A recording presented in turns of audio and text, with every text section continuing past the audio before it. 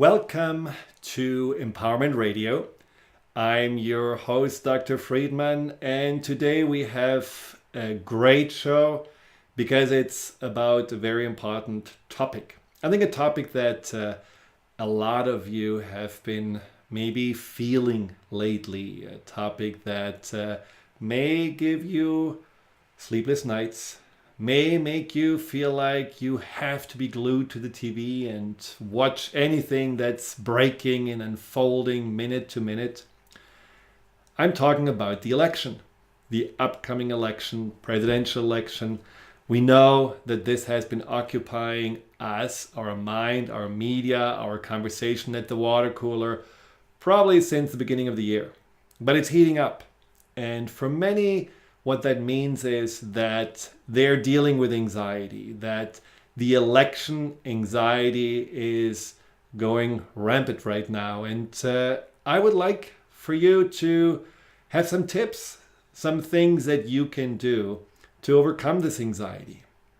Because when we are anxious, do we really make the best decisions? Are we really the most clear? Or when we are angry, which is kind of, you could say, the step cousin of the anxiety, when we are angry, do we then really think clearly and use our intellect to make a choice that on the long run will benefit us and ideally all of us? Usually not.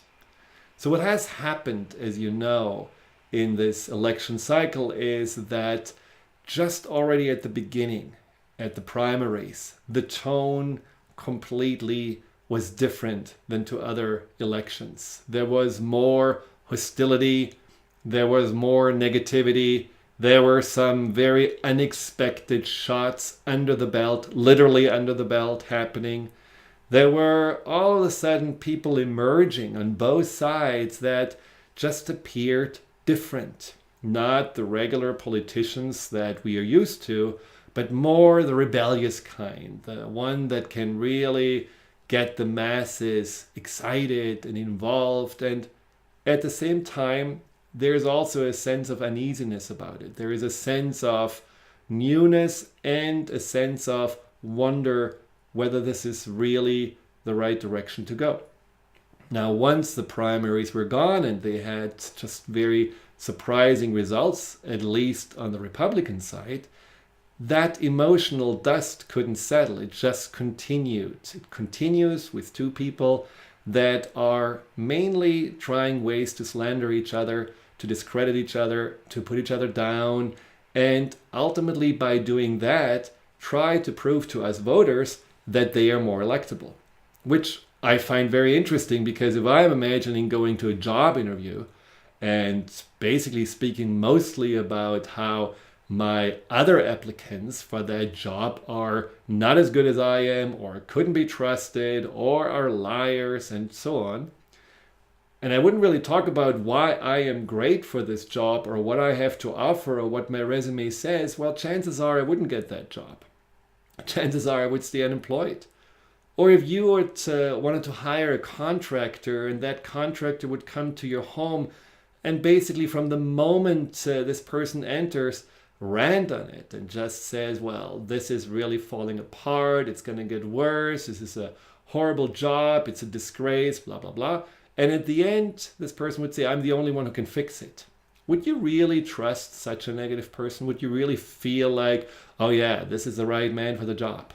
So it is very curious for the observer that the people that are trying to get our votes, the people that are trying to ultimately apply for a job which we are giving them, that they are not really behaving in a way that you would if you would apply for a job. They are different, and that creates a certain uneasiness. There is a negativity in the air that doesn't really fill any of us with confidence. And that is part of what is going with the anxiety. This is why we are feeling worried and concerned. Now, another reason is that their opinions, Clinton's and Trump's opinions, are so different and so far apart, and in some ways so extreme, that there is just not really a sense of a middle ground. There is not a sense of, well, if one side wins, oh, we're going to be okay. Now, I believe personally that one side is more extreme and more out of the box, and in many ways also way more reckless than the other side. But this is not a political show. This is just for us to understand that we are filled with anxiety, and as we are filled with anxiety, we are asked to make a decision that's going to determine the next 4 years of this country. And I believe that the US is still the leader of the free world. So in many ways, this will determine also the course of the world for the next 4 years. So this is a very important decision. And when we have to make an important decision like this, we should stay clear and calm and focused and really know what we are actually choosing between.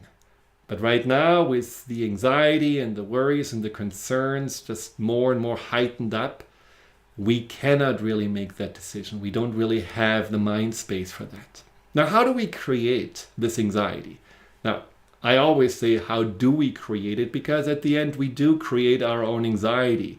We get triggered, but we can, if we are aware, choose to take the trigger and feel the emotion, or to deflect the trigger, or make other choices to not feel anxious. What are those triggers that make us create anxiety? Well, one of those triggers is certainly the news. And when we are glued to the TV, as I said, when we are watching the breaking news, when we're seeing the hype and everything is just dealt with as if it is a life-changing event, our mind automatically gets freaked out. It automatically feels like, oh my God, we are in a very precarious situation. And because the news sells better, the ratings go up, the advertisement certainly is easier to bring to the customers when they are glued to the news through fear, through stress or anxiety.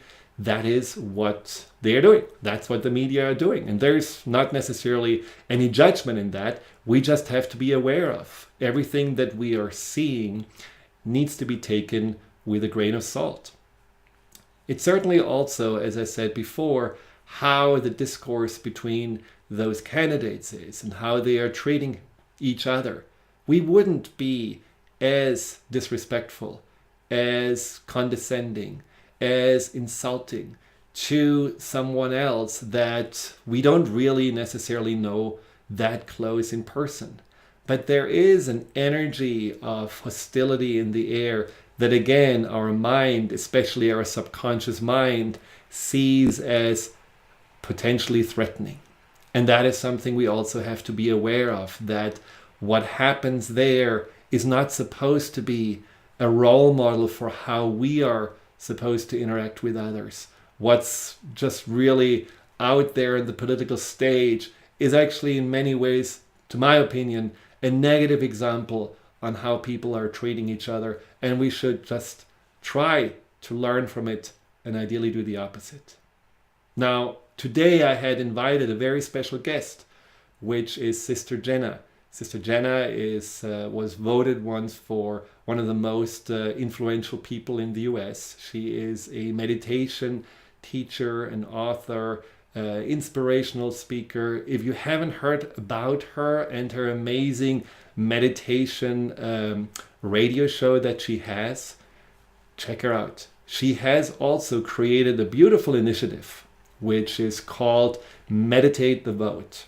MeditateTheVote.net, and you can find out more about it as you are looking it up. But the idea about it is simply that through meditation, contemplation, going inside, no matter what side of the political spectrum you're leaning on, that you are connecting more to your own truth, that you are seeing through the clouds, through the smoke that is pretty much blown at you from all different media outlets and the internet, and that you are seeing more clearly what is right for you, what is right for the people you care about, what is right for the environment. So it just allows you through this initiative to get to a place of greater peace, and certainly also a place where when you do make a decision, you will feel good about it.